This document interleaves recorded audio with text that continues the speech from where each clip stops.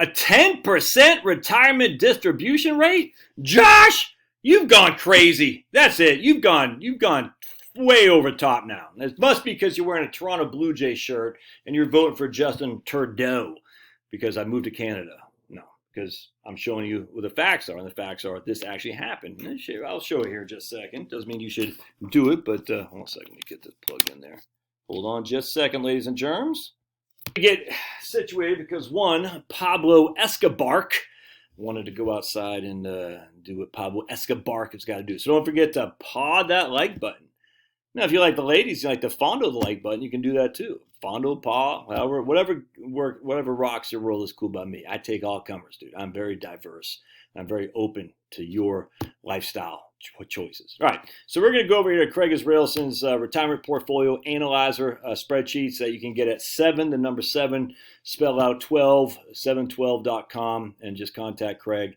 And again, as I always say, I don't get paid from any of this, so this is on you. Don't come to me with questions. I just use what he offers because I like it. And we got a 50, 25, 25 portfolio. So 50% in the large stocks, U.S. stocks, 50%, 25% in U.S. bonds, and 25% in cash. We get 98 years of return history for these three categories. Oh boy, Paulo just brought his toy in. That is too cute. Oh my goodness, I gotta show this to you. Chloe just bought me a new toy. It's called Lamb. Oh, dude, that is way too cute. He brought Lamb Chop in. Look at him. Oh, he's looking at Finney because Finney's looking. Finney's like, I see Lamb Chop. Yeah. Oh, he brought that in. Oh my goodness, that is too cute. Finney, leave Lamb Chop alone because Finney will destroy Lamb Chop in about 5 seconds. Oh, so cute. Yes, sir. You can keep playing Lamb Chop. I'll keep doing my video. All right, so we have 98 years from 1926 till at the end of 2023. But we're using 25-year rolling scenarios. All right, so can your retirement last for 25 years? And that's what we use. So we only have 74 unique 25 rolling samples. Now, I say all the time, these aren't statistically significant because there's so much overlap between one 25-year rolling sample and another. So this isn't statistically significant, but it is reality as to what happened. All right, so you got to separate what happened in terms of this happened relative to is it statistically significant to extrapolate that in the future? And the answer is no, but it did happen. I hope that makes sense. So a lot of people get caught up in this. This is statistically significant as a way to project. No, it's not. But it did happen in reality. But projecting future based on something that isn't statistically significant isn't the way to do it. Now, does that mean you don't use it for these future numbers? No, you can. It's okay. But just with pure statistics, you don't say, oh, this will work because it did in the past. That doesn't make any sense. But check this out. So we got a million schmackaroonies, but we get $100,000. How dare you, Josh? But we're going to take $100,000 out. It's a 10% amount. So if we had 100,000 schmackaroonies, we'd take $10,000 out. He's playing with Lamb Chop. Dude doesn't get any cuter than a dog playing with Lamb Chop. And you can hear the squeak toy. It's way cute. All right, so what we're doing here is so I'm going to show you. Now, if the portfolio drops, if it doesn't grow in value, we're going to reduce our expenditures by 10%.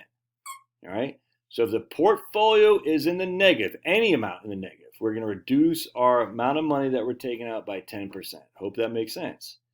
If the portfolio is in the positive, we're keeping what we had the previous year. We're not increasing it at all. Everybody with that? So our average annual COLA is negative 1.91%, which essentially is kind of like a negative 2% reverse RMD thing, which is what I was working on. Because we're saying, hey, when the portfolio drops at all, 1 penny or 1 million pennies, I don't know was that $100, a million pennies? I don't know, maybe $1,000. We're going to drop by 10% of our expenditures. All right, but again, we're starting at a significant amount, 100,000 schmackaroonies. What's that kid? 89.2% of the time, we had money left over. 89.2. Our average withdrawal on an annual basis was almost $78,000. The average amount we had in our portfolio was 1.2 million. We started with $1 million. Again, these are based on historical numbers. All right, 50, 25, 25, with a 7.7% rate of return and a 10.21 standard deviation. So check this out. Let's go over here to detailed analysis. Watch what happens here. So you can see, if we go down to here, hang tight, ladies and germs, right here is what we want to do. Right there. So you can see right here, the largest withdrawals right here were 100,000. We did 100,000 every single time until right there. Then we fell to 90. So this is our best scenario, because even in the best case scenario, we had some down years. Even in the best case scenario, and when we did have down years, we just had one down year. In this case, it was down one time in the what I say, the one time in that 25-year time frame. That's it. Worst case scenario, we ran out of money in year 17. The average scenario of those right here. We started with 90, we started with 100, excuse me, went to 97, because remember, we're reducing our expenditures by 10% if the market goes down, just as in the negative at all. And then you can see it's starting about 2,000, 2,000, 2,000, 2,000. So basically, that's about a 2% reduction on the average. So by the time we hit right here, we were taking $100,000. This is on average. Now we're taking $55,000. But our portfolio was still worth over $1 million over what we started with. Isn't that crazy? I think it is. In fact, on the best case scenario, $6 million, the average is 1.2. The worst case scenario, we ran out of money in year 16. So the year 16 was the worst case scenario, and that essentially means, I'll show you, that basically means you lost money every time. 90, 81, every single year you're down. Every single, well, not right there, but basically right here. 1, 2, 3, 4, 5, 6, 7. 7 times you were down, and at that stage you're done. And that happened, what, one time. That was the worst case scenario. 89% of the time, though, you still had money left over. With that just one simple trick, which is to have a 10% guardrail if the market ever goes down. Now, let's do something else, because I find that interesting. Now, again, that's based on historical numbers. I haven't done this yet, but let's change our data sets. And we're going to say that the markets actually give us less than the rate. We're going to say we're going to reduce our rate of return by, we're going to go by negative 200.